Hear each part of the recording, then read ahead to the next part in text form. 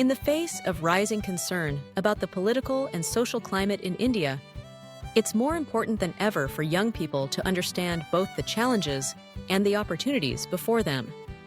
Over the past decade, India, a nation celebrated for its diversity, pluralism, and constitutional commitment to equality, has seen growing anxieties about the treatment of minorities, Dalits, the poor, Muslims, and non-Hindi speakers.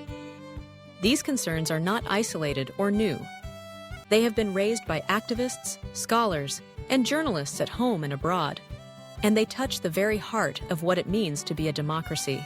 Human rights violations, suppression of dissent and press freedom, communal polarization, caste-based discrimination, and language-based nationalism are not merely abstract issues. They affect the daily lives of millions, shaping opportunities, freedoms, and even safety.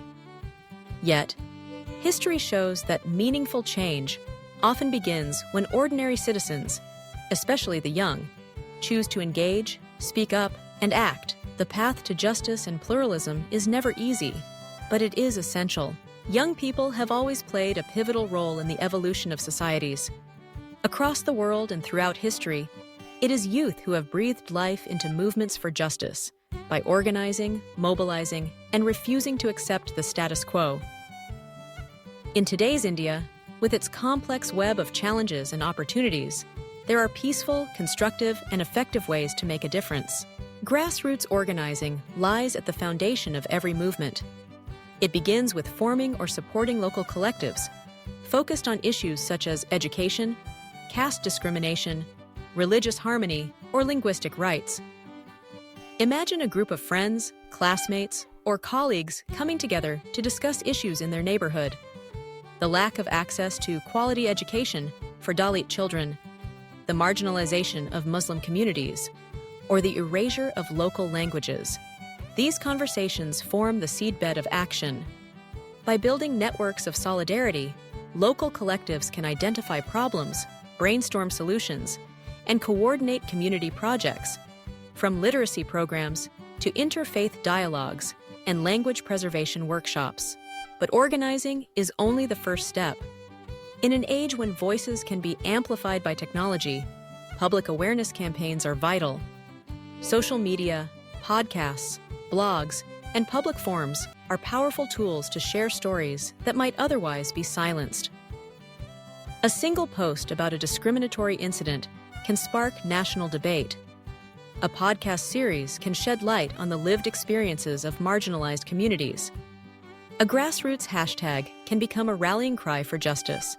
By curating and sharing first-hand accounts, data, and analysis, young activists can break through the fog of misinformation and bring hidden truths to light. Legal and policy advocacy offers another avenue for engagement. India's legal system, despite its imperfections, remains a battleground for justice. Young people can support or work with legal aid groups that challenge unjust laws, such as the Unlawful Activities Prevention Act, UAPA, or the Citizenship Amendment Act, CEA, and National Register of Citizens, GEC. In courts, they can participate in filing public interest litigations, raising awareness about legal rights, or campaigning for reforms.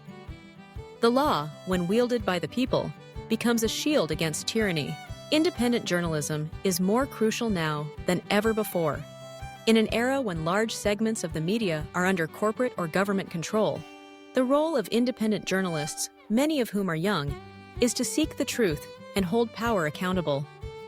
Whether it's through investigative reporting, opinion pieces, or photojournalism, independent media exposes injustice and gives voice to the voiceless.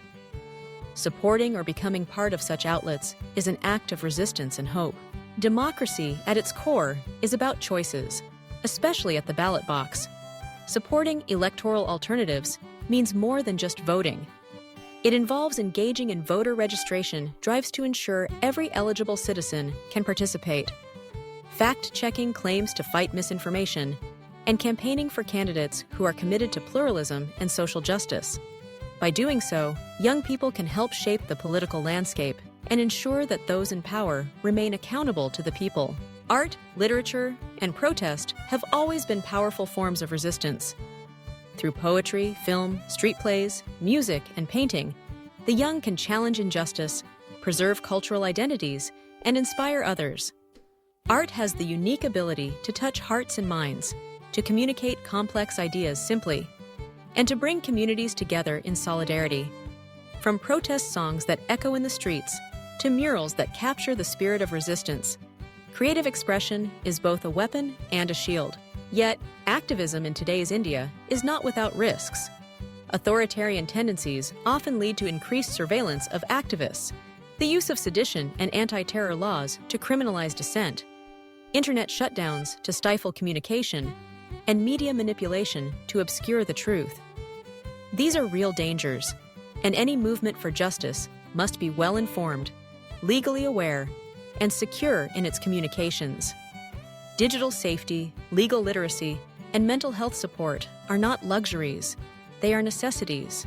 In light of these challenges, what can young people do to ensure their activism remains rooted in nonviolence, legality, and democratic principles? First, it is essential to embrace a philosophy of nonviolence.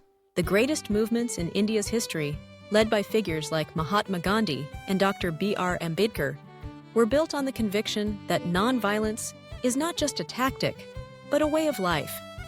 It is about respecting the dignity of every person, even those with whom we disagree. Nonviolent resistance can take many forms: peaceful protests, silent marches, sit-ins, hunger strikes, and symbolic acts of defiance. The goal is not to defeat an enemy, but to win hearts and create space for dialogue. Second, activists must operate within the framework of the law. Knowing your rights, understanding the legal boundaries of protest, and seeking legal counsel when necessary are critical. Legal awareness protects individuals and strengthens movements. Engaging with the law through public interest litigations, right to information, RTI applications, or policy advocacy transforms the legal system into a tool for justice rather than oppression. Third, education is empowerment. By educating themselves and others about the realities of caste, religion, language, and inequality in India, young people can break the cycle of ignorance and prejudice. Schools and colleges, libraries and community centers, even online study groups can become sites of learning and transformation. Knowledge is the foundation upon which movements are built. Fourth, solidarity is strength. Movements succeed when they transcend narrow interests and build broad coalitions. Dalits, Muslims, Adivasis, women, LGBTQ+ people, linguistic minorities, and the poor all face overlapping forms of discrimination. By recognizing these connections and standing together, activists can create a united front against injustice. Solidarity means listening, learning, and lifting up the voices of those most affected. Fifth, communication is key. In an age of surveillance and misinformation, activists must be vigilant about their digital security. Using encrypted messaging apps, practicing good password hygiene, and being cautious about what is shared online are essential to staying safe. At the same time, building relationships with trustworthy journalists and using alternative media platforms can help bypass censorship and reach wider audiences. Finally, resilience is vital. The path of activism is long and often lonely. Setbacks are inevitable. Victories are hard-won. It is easy to become discouraged. That is why it is important to nurture hope, celebrate small wins, and take care of one's mental health. Movements are marathons, not sprints. Self-care, mutual support, and a sense of purpose sustain activists through the darkest times. Across India, there are organizations and individuals already leading the way.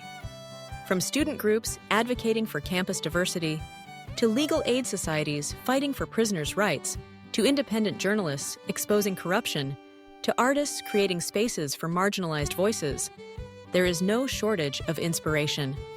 Young people can join these efforts, learn from their experiences, and contribute their own ideas and energy. In conclusion, the challenges facing India today are serious, but they are not insurmountable.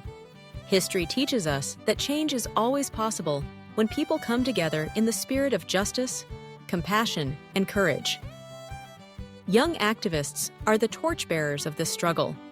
By organizing at the grassroots, raising public awareness, engaging in legal advocacy, supporting independent journalism, participating in democratic processes, and expressing themselves through art and literature, they can help build a society that lives up to the ideals of the Constitution, a society that is just, inclusive, and free. Let us remember, democracy is not a gift, but a task. It must be renewed in every generation. The future of India depends not only on leaders and laws, but on the willingness of its people, especially its youth, to speak up, stand up, and act. The journey is difficult, but the destination is worth every step. The story of India is still being written, and young people have the pen in their hands. The time to act is now.